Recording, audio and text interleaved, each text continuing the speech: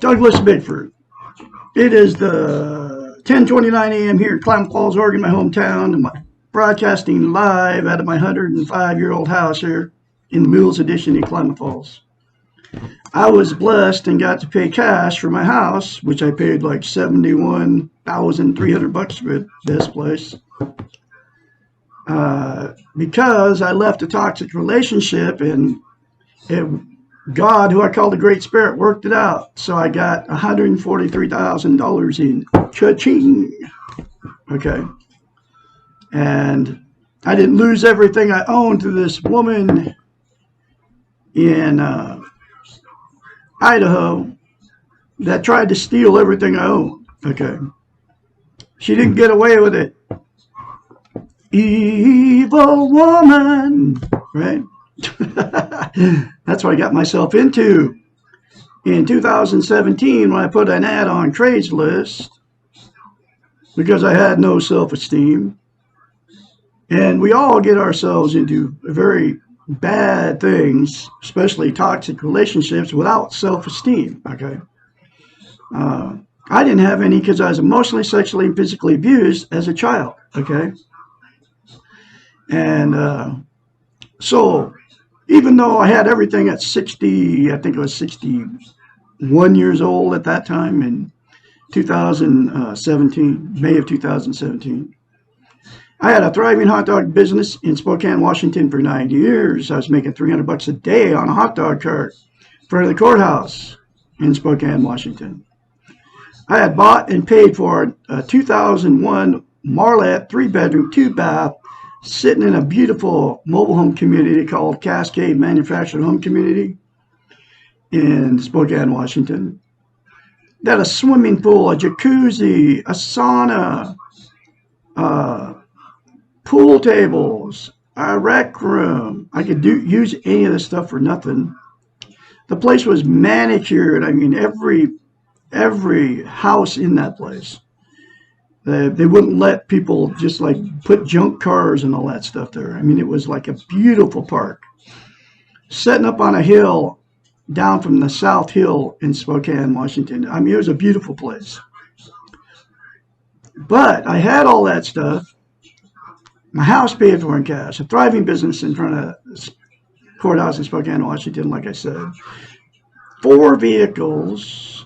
Okay. My credit was good.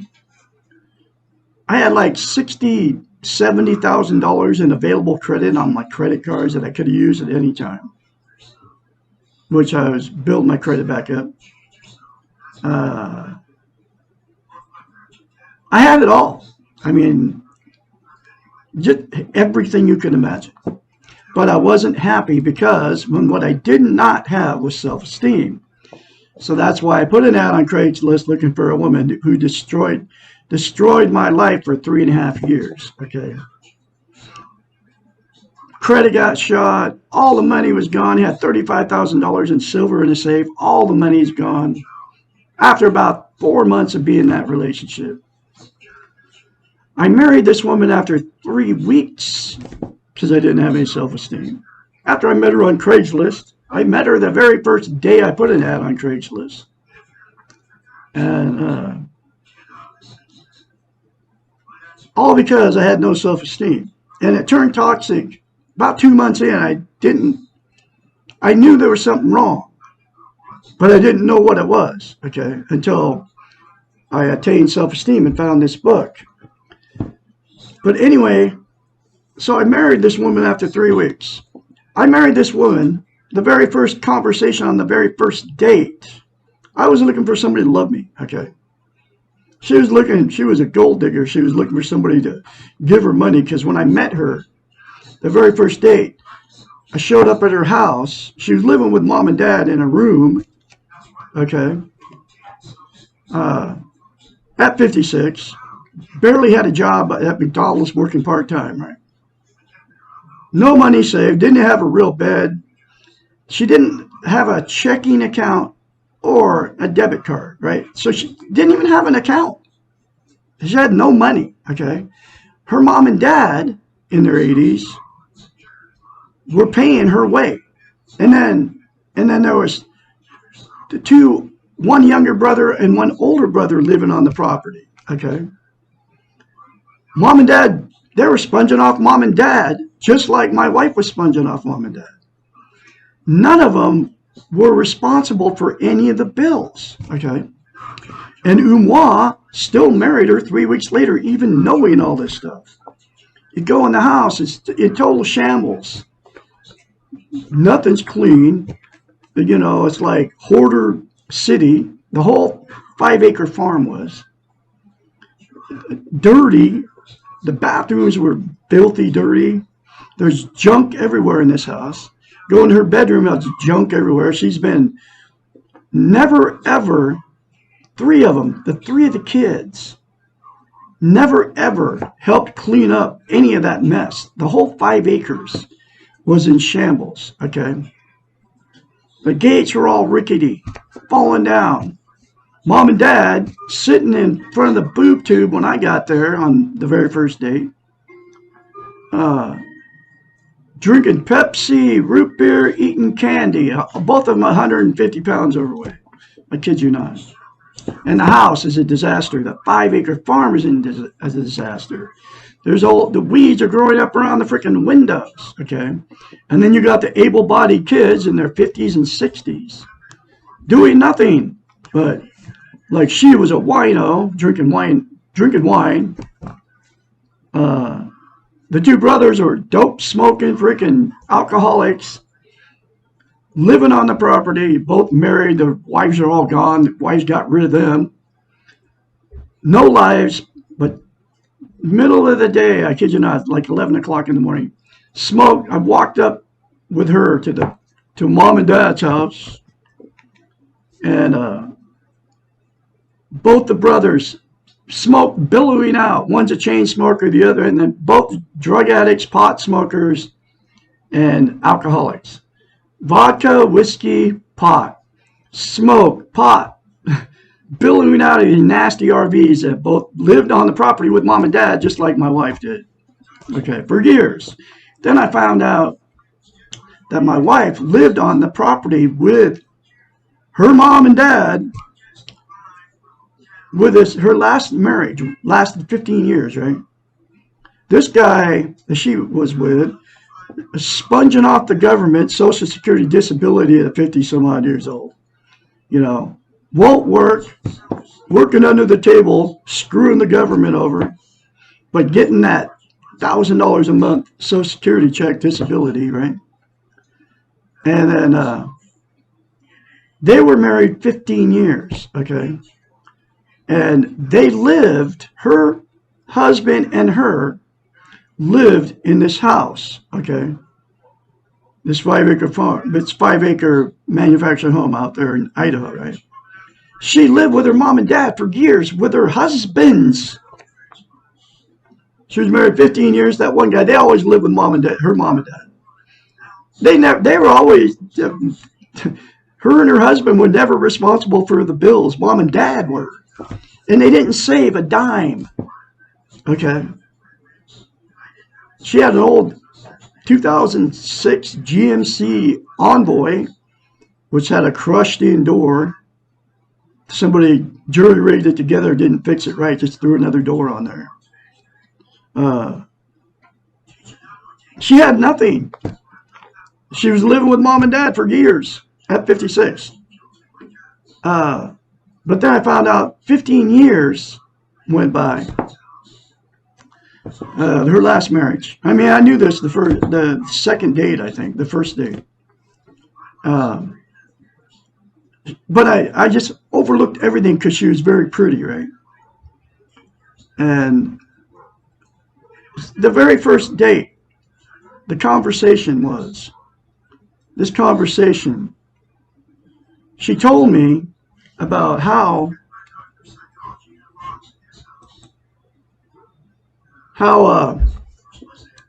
they would go to bars, okay, her and her husband of 15 years, pick up women and men to have threesomes. Anyway, she told me this story, okay, the very first day. Her and her husband picked up some blonde bimbo at the bar, and they brought her home to have sex with her, right? And My wife was bragging about how good looking the woman was and how the woman kissed better than her husband and how the woman didn't want to have sex with the husband, just with her because she was so drop dead gorgeous. And moi, because I had no self-esteem, married her 3 weeks later. Think about it, folks. Okay, I married her even after she told me that story. Okay, and that's why I'm telling you this story, because that's what we do to ourselves with no self-esteem. And there's billions of you in these same situations. You're stuck with in these toxic relationships, because it 3.5 years I lasted in that marriage. I had no idea what was going on. All I knew is that November 2nd, 2020, she threatened to kill a third cat. This woman has become evil because of no self-esteem. She killed 2 of my cats, literally. Shot one in the back of the head. Okay? She could do it, and she did it. And I let her do it because I had no self-esteem. So I'm still grieving over these 2 little precious angels that I lost because of my no self-esteem. And I had no idea what was going on. I had no idea I didn't have any self-esteem in 2017 until I found this book. Okay? I ended up at my son's house in his driveway, who is married to the same thing I left, which is a alcoholic, abusive woman. She beats him down like the redheaded stepchild, just like I got beat down like a redheaded stepchild for 3.5 years. But God, the Great Spirit, woke me up on the 2nd of November, 2020, because I was going to let her kill a third cat. His name's Bullseye. He's alive and kicking today because I left her. Okay, and he knows it too. He saved me. But anyway, so I ended up at my son's house in a box. His wife burned his house up. Literally, I mean, she lit it on fire on purpose so she didn't have to make the $2,000 a month payment, because she was one of those that, because in these toxic relationships, these people won't work to help bring in money. And you know how bad it is out there. Like my wife wouldn't work either. As soon as we got married, she quit that job at McDonald's, even though it was only part-time, after about 3 weeks after we got married. Had all the excuses why she didn't want to work there. And then moi, because I had no self-esteem, oh, okay, I'll just foot the bill for all this stuff. Okay. Anyway, so in a box at his house, I was looking for a coffee cup when I drank coffee. I found this book. Okay. Written by Susanna McMahon. She got a PhD in psychology. Okay. And I don't believe it was a coincidence. I think I went to my son's house just to get this book so I could be here today teaching self-esteem on YouTube, because now I'm full of it. Because of the one very simple concept in this book. She is living in Madrid, Texas. She's 73. This book was published in 1992, before there was ever social media. And every chapter, I kid you not, talks about how we've been trained and taught not to have self-esteem. Okay. And the only way that you can have a healthy mind is called a portable therapist, right? That's why she wrote this book, because we can all be our own therapist. You don't need a therapist. Most people don't need therapists. They need self-esteem. Okay. But the very simple concept in this book that teaches you self-esteem is, excuse me, mirror therapy. And here it is from Dr. Susanna McMahon. And it works. It worked on me. You look at yourself in the mirror, say, I love you. Say, I love my inner child. Say, I'm worthy to be loved, worthy to love. Those 3 things to yourself in the mirror daily without fail will give you self-esteem on steroids. I kid you not. And to maintain self-esteem, you can't just say it 1 or 2 or 3 or 4 or 5 times. You say it the very first time.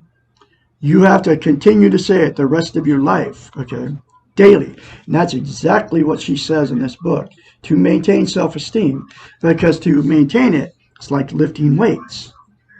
You have to practice it. You have to keep doing it, okay? Because if you lift weights and you stop, you have to start over again because you lose muscle mass. It's the exact same thing with self-esteem. And it'll take you 10 seconds in the mirror, folks, to say, I love you. I love my inner child. I love my inner child. I'm worthy to be loved and worthy to love. Those three things to yourself in the mirror daily without fail, instead of criticizing yourself in the mirror, will give you self-esteem on steroids. Okay. And here's the thing about mirror therapy. You cannot lie to yourself in the mirror. She knew it. That's why she told her clients after their therapy session to go home. Their assignment was go home and say, I love you in the mirror. Without fail. No matter how it makes you feel. Her exact words were that. And keep doing it. No matter how it makes you feel, folks. And here's the thing. You cannot lie to yourself in the mirror, right? She knew it. That's why she told them to do it. Her clients. And she knew they weren't healthy-minded, but you cannot get a healthy mind without self-esteem, and she knows that. And she's a psychiatrist. She learned all this stuff, okay? But you'll very easily criticize yourself when you're in front of the mirror. Every day we're all in front of the mirror. Man, shaving, woman putting on makeup, brushing teeth, whatever. And what you do is you say or think bad things about yourself. And do you know why you do that? Because you don't have any self-love, self-confidence, self-worth, self-esteem. You would never criticize yourself, no matter whether you're in front of the mirror or not. If you loved yourself, if you had self-love, self-esteem, right? Think about this. If you had a new relationship, brand new, and man, you want this person to love you, and you love them, and you're falling in love with them, they can do no wrong, you can do no wrong in front of these people. You would not say to them in their face bad things to them. No, you wouldn't. But you'll do it to yourself. Think about that, folks. And you do it all the time. I can confidently say 100% of the people get up in the morning and look at yourself in the mirror and say or think bad things. You can change your whole world by saying those three things to yourself in the mirror. You won't change the world, but you'll change your world, okay? That's why mirror therapy is so powerful, because you can't lie to yourself in the mirror, okay? So, the very first time you do it, instead of calling me names or telling me I'm nuts or turning me off because I tell you that, your defense mechanism kicking in. Drop your defense mechanisms and do it, folks. And it doesn't come from Douglas Bickford, it comes from a psychiatrist. That's why they did it, because she had all the credentials. That's why I did it. She had all the credentials, and I was just like you. I said, this is not going to do anything for me. But and I go, wait a minute. She's telling me to do it. I'm going to try it. And the very first time you do it, it'll feel awkward and strange. And this is exactly what she says. Okay, but say it anyway. Force yourself. Drop your defenses. Get me out of the equation. Okay, I'm just her messenger, telling you what she told her clients to do to make themselves healthy-minded, and that is exactly what it does by giving you self-esteem. And then this book is in a link in the video description. Every video I put up, get it. It's very cheap, between $5 and $15. Read this stuff for yourself in black and white, folks. Okay. It's all real, man. You don't know what you're missing by not having self-esteem. You will feel something different if you do it and you keep doing it. It happened to me. I don't know how long I've been doing it. I have self-esteem now on steroids because of mirror therapy and doing the concepts in this book. But it happened to me after I've been saying it. I don't know how long I've been saying it. But I was living in this old RV in a place called Christmas Valley, Oregon for 7 months. When I left her, I left everything I owned except for my 3 cats, a few clothes. I mean, I barely took any clothes. A couple pairs of shoes, and my van, which is a 1987 Dodge van, which happens to be all tricked out. I didn't destroy that thing in the relationship, thank God. Okay. But like I destroyed everything else I had. And a pull behind trailer. It was clean. I had cleaned that thing out. and nothing worked in it. No running water, no nothing. The lights worked, and that was it. I had thrown in one of my old beds in it, but it was still soft. And that's all I took. My 3 cats, that RV, a few clothes, and my van. I hit the road because she was going to kill a 3rd cat. I was running for my cat's life. Anyway, so I lived in that thing for 7 months, like I said, Christmas Valley, Oregon, in an RV park. This place is called Lakeside Motel and RV Park, Christmas Valley, Oregon. The restaurant's a nice place and all that, but they had showers and a bathroom and had some money, so I rented a spot. Anyway, the showers they didn't keep the place clean. Okay, the bathrooms are all plugged up all the time. The toilets, right? People go in there and make huge messes because they let the locals use it, and people would plug the toilets up. You know what I mean? It was nasty. Okay, but I was thankful. I had a place to sleep, a place to keep warm, and a place to cook some food because the stove worked in that place. I had a propane heater in there.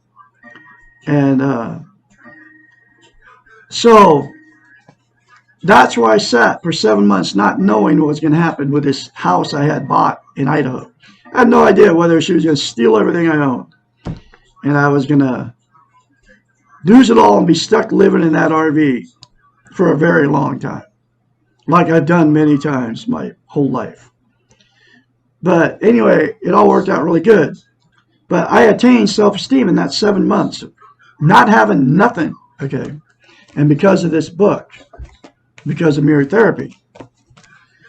So anyway, that's how I ended up teaching self-esteem on YouTube, and that's what I'm doing today, okay? Because without self-esteem, you cannot love or be loved or be content. Okay, so content is you feel good about yourself, how, where, and what you are, okay? No matter what's going on. It's also called internal peace, okay? You cannot get that internal peace, be content, without attaining self-esteem. So there's billions of people running around on the planet in toxic relationships because you can't love or be loved without it, right? That's why I've been married 4 times, okay? Because you get exactly what you are. If you don't have self-esteem, self-love, you'll get somebody that doesn't have self-esteem, okay? That's the way it is.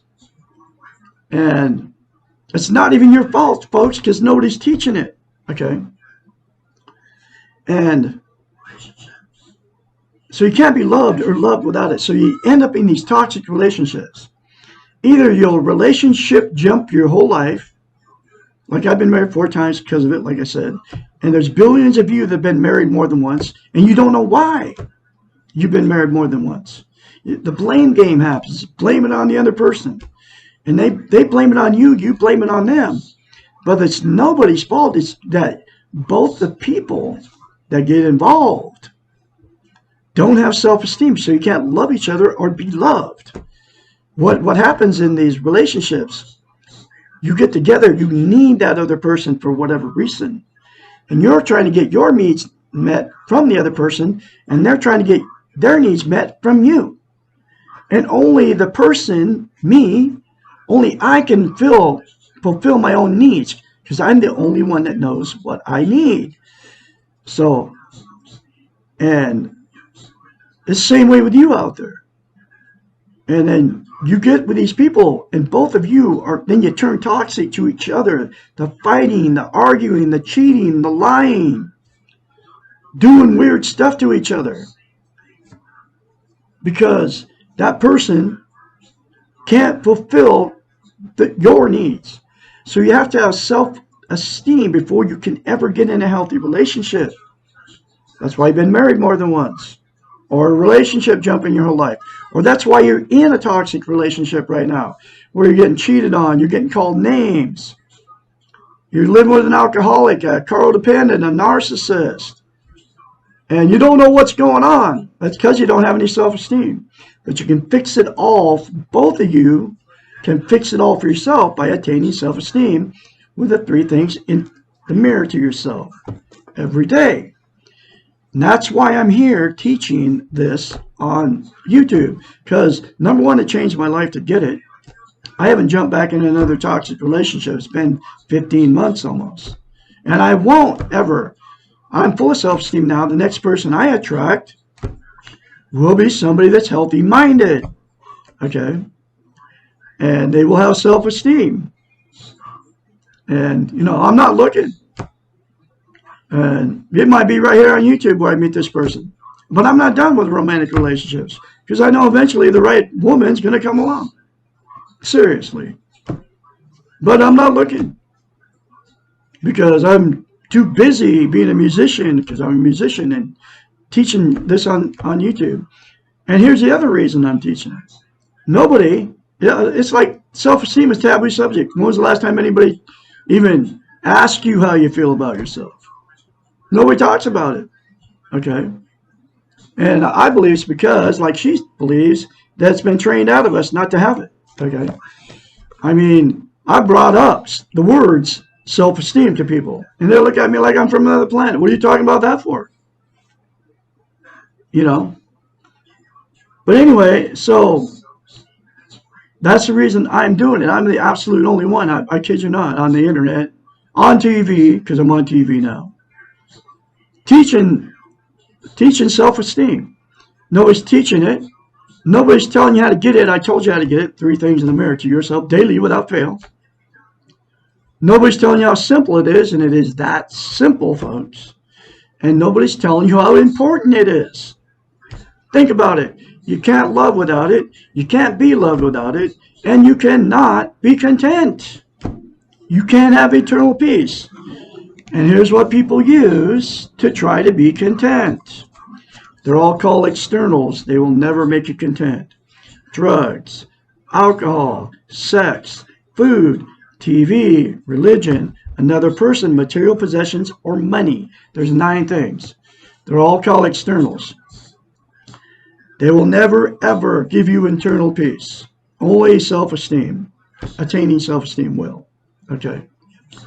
Drugs. We'll start with drugs. And you can include caffeine and nicotine. Both of them are drugs. It's a 9-day withdrawal if you cold turkey caffeine. Okay. 9 days. And it feels like it's a stimulant. When you come off of it, it feels like you're having, I've done meth. It's same withdrawals, I kid you not. Meth takes about 9 days, the withdrawal period. I mean, you're achy, your body hurts, okay? You can't barely get out of bed with a caffeine withdrawal. Try it, cold turkey it, and see you'll see how addicted you are to it. So nicotine, same thing. So caffeine's a stimulant drug. Nicotine's like calms you down, okay? So, and it's a drug. And they're both very addictive, just like all the other drugs. Pot's a huge one.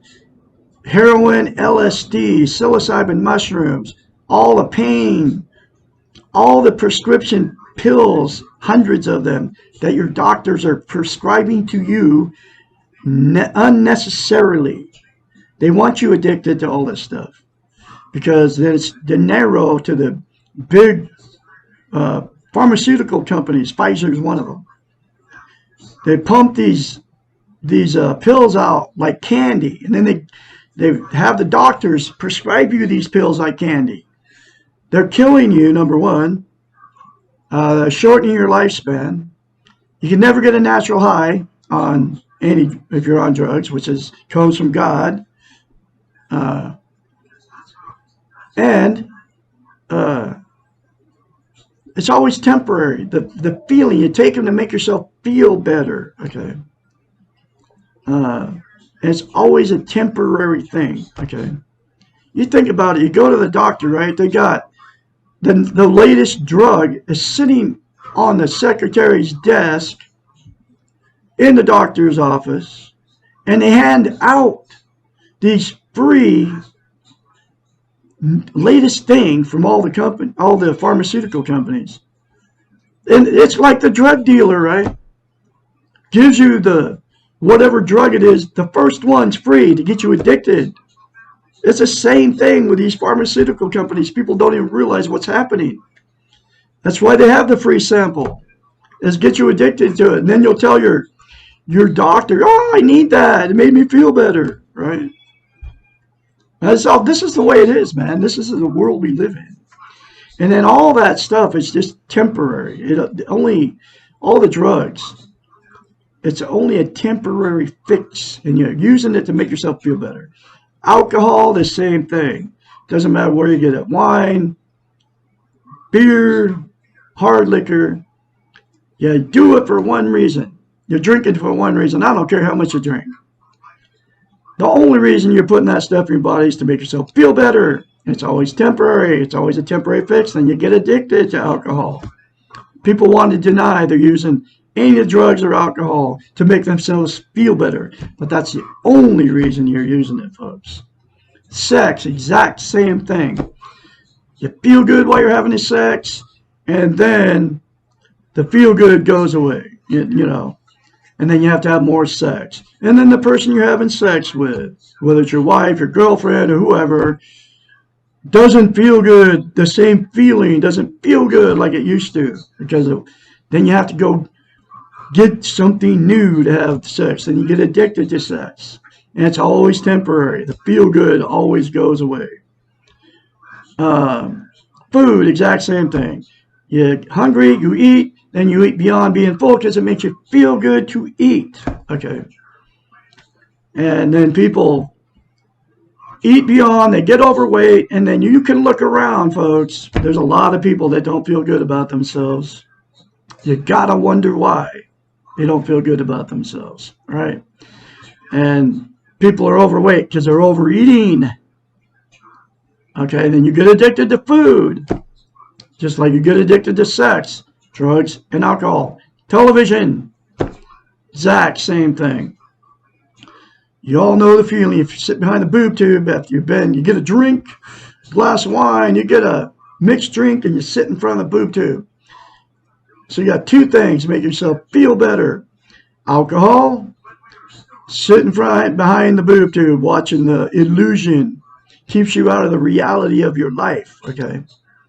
You got two things, okay? And it's always temporary. It's a temporary fix. The feel-good never lasts. Religion, exact same thing. It doesn't matter which one. Muslim, Christian, Buddhist, Orthodox, Jew, Jewish, Catholic, Seventh-day Adventist, Mormon, Church of God, Lutheran, Episcopalian. The list goes on and on. You're using the religion to make yourself feel better, giving them the money, or hanging out with all these people that believe like you. You're going to a Sunday, Wednesday night service, Friday night potluck, and while you're in it, you feel good. Okay. Then that feel good goes away, so then you have to go back to church. You got to give them more money. Okay. To feel good. It's always temporary. Okay. Relationships. You get a brand new one, right?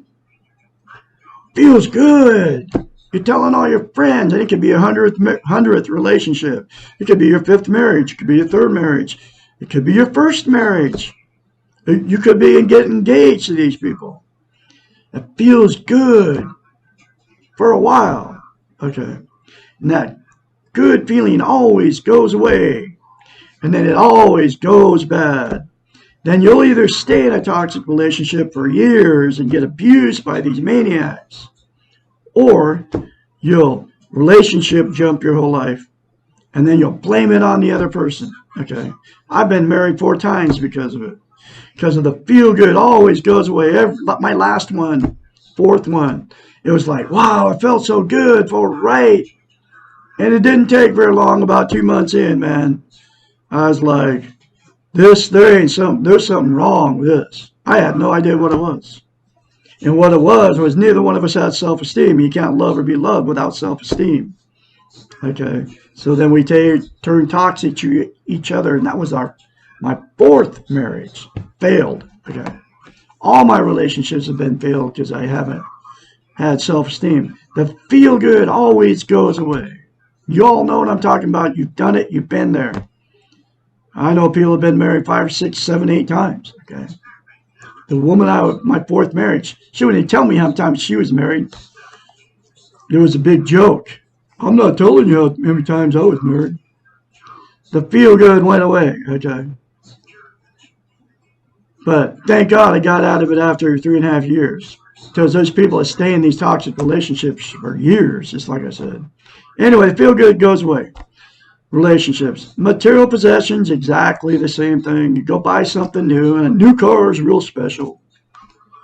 Get a huge payment. You just don't even, when you go buy that new car, you're just like, I don't care how much the payment is. I don't care how much the insurance is. I want the car. Okay. And the salesman, woo, okay, cool. We'll get you in this contract for 7 years. It's $600 a month. We don't care if but you got to insure it for $300 a month. Then you get that car, sits in your driveway, and the feel good goes away. It feels good when you first get it. Doesn't matter what it is. You go to a thrift store, you buy a bunch of junk you don't need. Feels good. It's really special at a thrift store because it's all cheap. You walk away with a bunch of stuff for $20, right?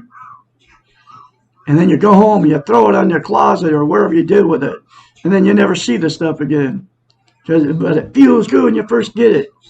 And you can go any material possession, clothes, shoes, new or not new, something different. And the feel good, before you acquire it, you're like, ooh, wow, I feel good. And then that feel good goes away as soon as you get the stuff home. That's why you got 100 pairs of shoes in your closet. Closets full of clothes, boxes full of everything, right? That's how hoarders came about. Because they don't feel good about themselves, so they keep getting stuff to make themselves feel good, and it's always temporary. And then the last one is dinero. Get a chunk of change.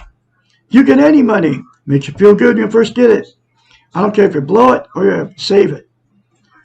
Feels good. The good feeling goes away, okay?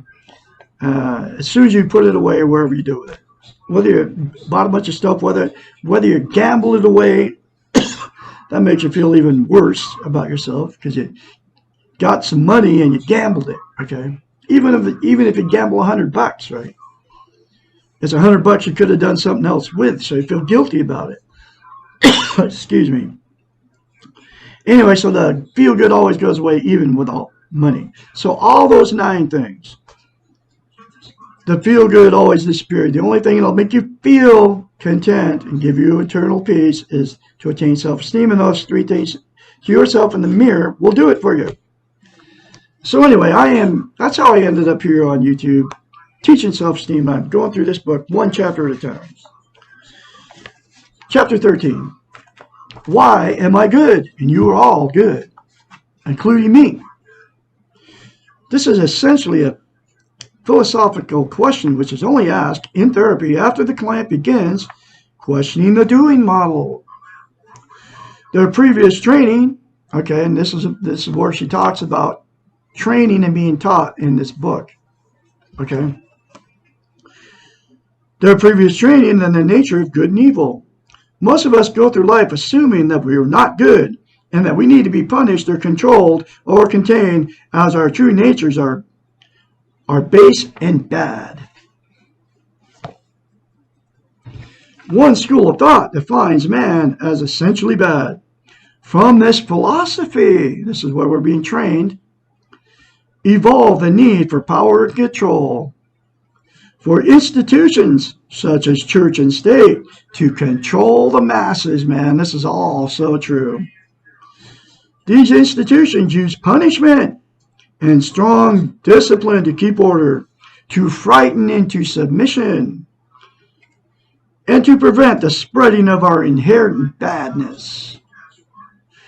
This school of thought believes that man cannot make decisions and needs strong leadership, dictatorship in parentheses, to prevent the crowd from running amok.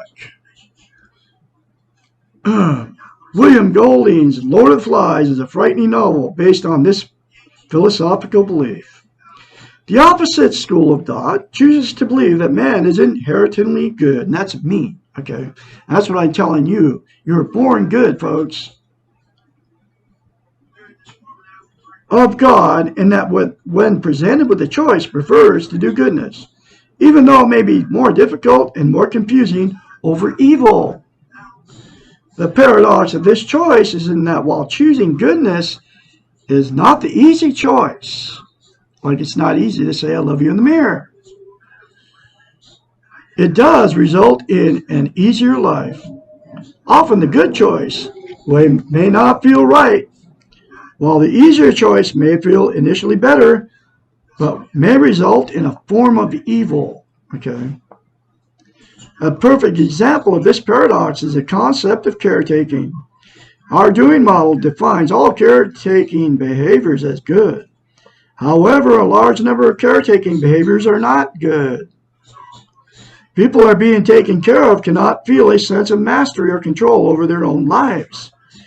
Therefore, the choice of goodness and the control over this choice belongs to the caretaker rather than the person who is being taken care of, which is the opposite of the intention.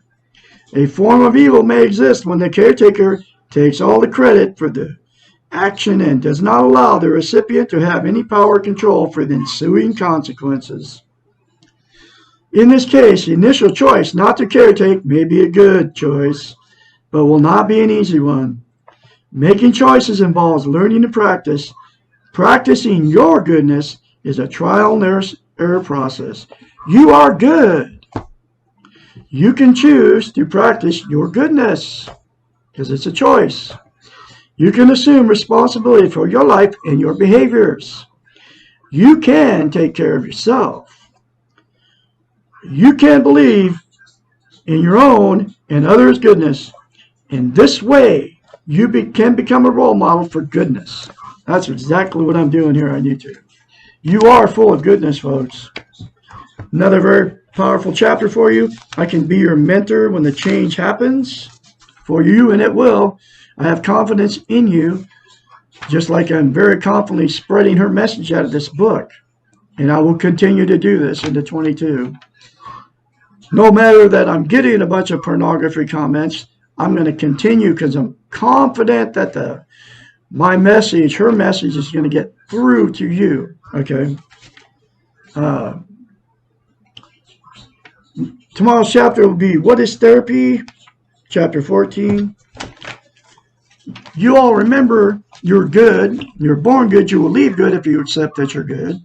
Say I love you. Say I love my inner child. Say I'm worthy to be loved, worthy to love in the mirror every day without fail. It will give you self-esteem, self-love, self-confidence. Get this book, like I said, and the description. Every video I put up, a link in the description of every video I put up. Y'all have a great day out there. I'll be talking to you tomorrow. And I can be your mentor. 458-232-5238, my phone number.